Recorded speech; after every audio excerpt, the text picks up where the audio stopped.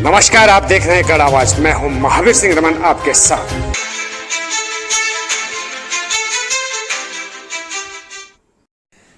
दिल्ली में बन रहा केदारनाथ मंदिर पर उत्तराखंड में बवाल। दिल्ली बुराड़ी में बनेगा बाबा केदारनाथ का हूबहू मंदिर। बुराड़ी में इस मंदिर का निर्माण श्री केदारनाथ धाम दिल्ली ट्रस्ट के द्वारा किया जा रहा है। यह मंदिर लगभग 3 एकड़ भूमि में बनने जा रहा है, जिसके लिए 15 करोड़ का चंदा भी मिल चुका है। ठीक केदारनाथ धाम की तर्ज पर 3 साल में यह मंदिर बनकर तैयार होगा। उत्तराखंड के होनहार मुख्यमंत्री धाकड़ धामी केदारनाथ से एक शिला दिल्ली लेकर गए हैं, जिसका शिलान्यास भी हो चुका है। अब सवाल उठता है कि क्या आवश्यकता पड़ी भाजपा सरकार को दिल्ली में केदारनाथ मंदिर बनाने की। तो जानिए पहली वजह। कहा जा रहा है कि जो श्रद्धालु उत्तराखंड में बाबा के दर्शन नहीं करने जा सकते, उनको दिल्ली में ही बाबा के दर्शन की सुविधा उपलब्ध कराएगी भाजपा सरकार। दूसरी व मुख्य वजह कि भाजपा ने राम के नाम से कई चुनाव जीते, लेकिन अब जब अयोध्या में राम को भव्य मंदिर में स्थापित कर दिया, तो अब आस्था के नाम पर देश की जनता को भावनात्मक रूप से अपने पाले में लाने की फिर से कोशिश करने के लिए 4 धामों में से एक धाम को दिल्ली में स्थापित करने की कोशिश की जा रही है। लेकिन जैसे ही यह चर्चा देश में फैली, तो विभिन्न सनातनी संगठनों ने विरोध करना शुरू कर दिया। वहीं सरकार पर धाम की मर्यादा के साथ खिलवाड़ करने के आरोप लगने शुरू हो गए और आदि गुरु शंकराचार्य भी भड़क गए। और केदारम हिमवत पृष्ठे कह करके जिनको हिमालय में जिनका पता बताया गया है, उनका मंदिर दिल्ली में बनाना चाहते हैं। ये उचित नहीं है। आप भगवान शिव का मंदिर कहीं भी बनाएं, उसमें किसी को आपत्ति नहीं है। विधि विधान से बनाएं, प्रतिष्ठा करें, पूजा करें, अर्चना करें, आशीर्वाद प्राप्त करें। लेकिन जो मंदिर जहां है, उस मंदिर की प्रतिकृति बना करके और ये कहना कि वहां जो नहीं जा सकते वो यहीं आकर के पूजा कर लें और उनको फल मिल जाएगा। और जैसा मंदिर वहां पर बना है वैसा ही।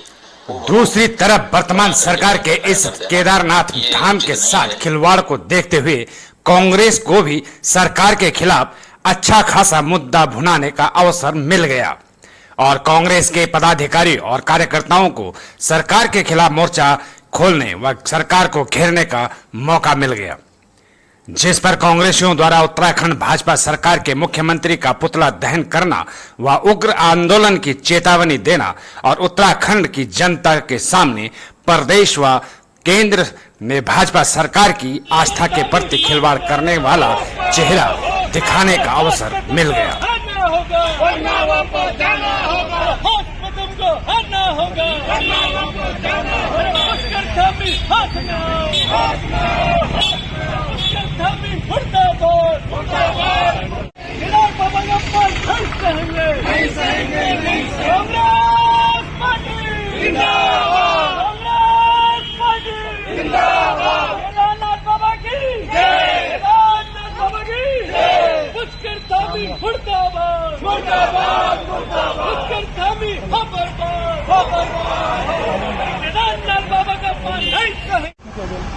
देखिए, जिस प्रकार से दिल्ली में बाबा केदारनाथ धाम के नाम से नकली मंदिर बनाया जा रहा है और माननीय उत्तराखंड के माननीय मुख्यमंत्री जी उसका उद्घाटन करते हैं, इससे शर्म की बात क्या होगी।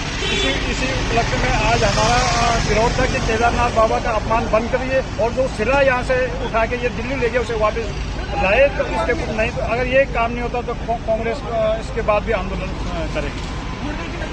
दिल्ली में बने केदारनाथ मंदिर के शिलान्यास को लेकर उत्तराखंड में बवाल, तो वहीं विपक्षी दल कांग्रेस भाजपा सरकार को घेरने पर तैयार। दरअसल मंदिर बनाने में कोई हर्ज नहीं, लेकिन हूबहू धाम बनाने से उत्तराखंड के 4 धामों में आने वाले लाखों श्रद्धालुओं से जो आय सरकार को और इस पर आश्रित लोगों को होती है, उसमें कमी आ सकती है। इस पर कांग्रेस के पूर्व राज्य मंत्री जसवीर राणा का क्या कहना है, आप भी सुनिए। ऐसा है कि भारतीय जनता पार्टी की झूठ का धीरे धीरे पर्दाफाश होने लगा।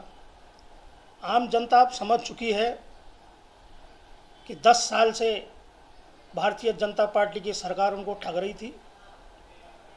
तमाम स्थिर सरकार को गिराकर जिस प्रकार उन्होंने लोकतंत्र की हत्या की, महंगाई बढ़ी, बेरोजगारी बढ़ी